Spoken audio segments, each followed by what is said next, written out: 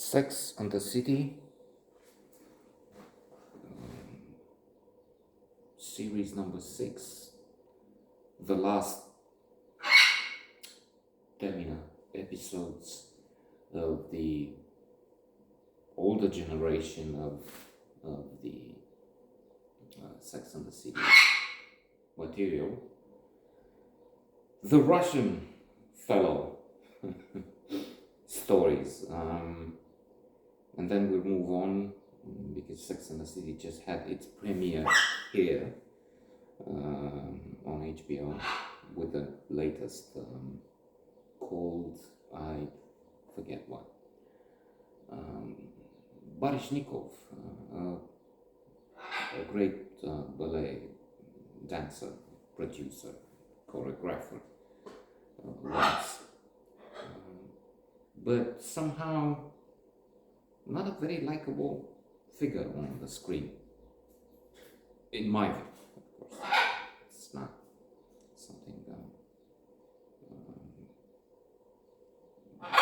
which says much, but there it is. I remember expecting to see, I think it was called White Nights, a movie with him, Baryshnikov, Mikhail Baryshnikov, in the title role, and being disappointed. The explanation is there in itself. Lower real expectations is one of the good suggestions found in positive psychology and common sense, I think. When you expect too much, you become, I'd say, what is called by Barry Schwartz in his classic psychology, paradox of choice, maximizer. Two types of people, maximizers and satisficers. Maximizers are those who expect a lot, too much perfection, and thus they're always grumbling and unhappy and disappointed. Me speaking about this.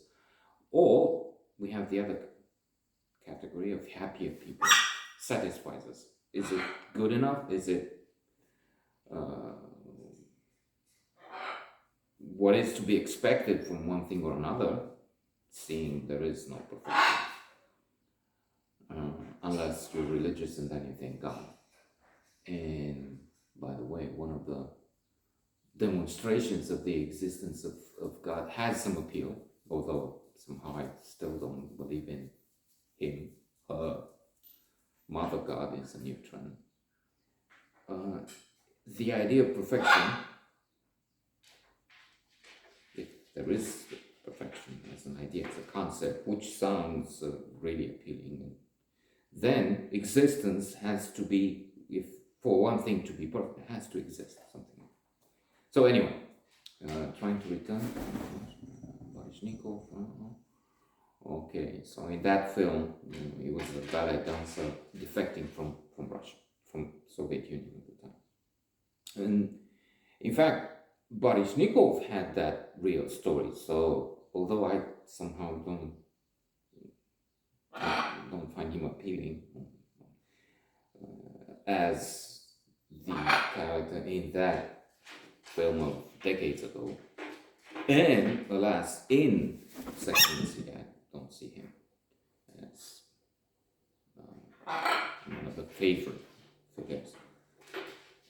It is laudable, more than admirable, what he did in real life as an artist and what he did as a human being, as a man who chose liberty. And then somehow I think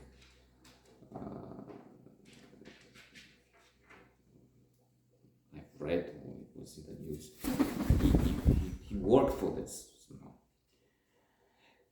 It's also true, the character in the last episodes of Sex and the City, 6th series, is not really one which is created to be loved. So I mean, he's capricious at times. He's an artist. He's about things. He's concentrated on his work, and therefore he at times abandons Carrie, the personage we found that we connect, we've been so far along this road with, and so we like her. Whenever he does something wrong, we dislike him. So aloof, cold, sometimes too concerned with this thing, and then too direct, not just impolite and rude. Samantha has cancer. I had a friend who died. Oh, don't tell me that. Yes, but you have to be ready. So if we go deeper, don't stay at skin level, then we find that the Russian in the movie does have something to bring to the narrative. We have to contrast this honesty and concern for more important things, for long term, if you will, and praise him for that. So anyway, let's just conclude and say that it was an interesting entertainment, and anticipating. I'm not really crazy about what's coming out. It's a different thing, a different approach. True, it's supposed to be because they're now into their 50s. Well, but that's maybe, inshallah, for another note coming soon.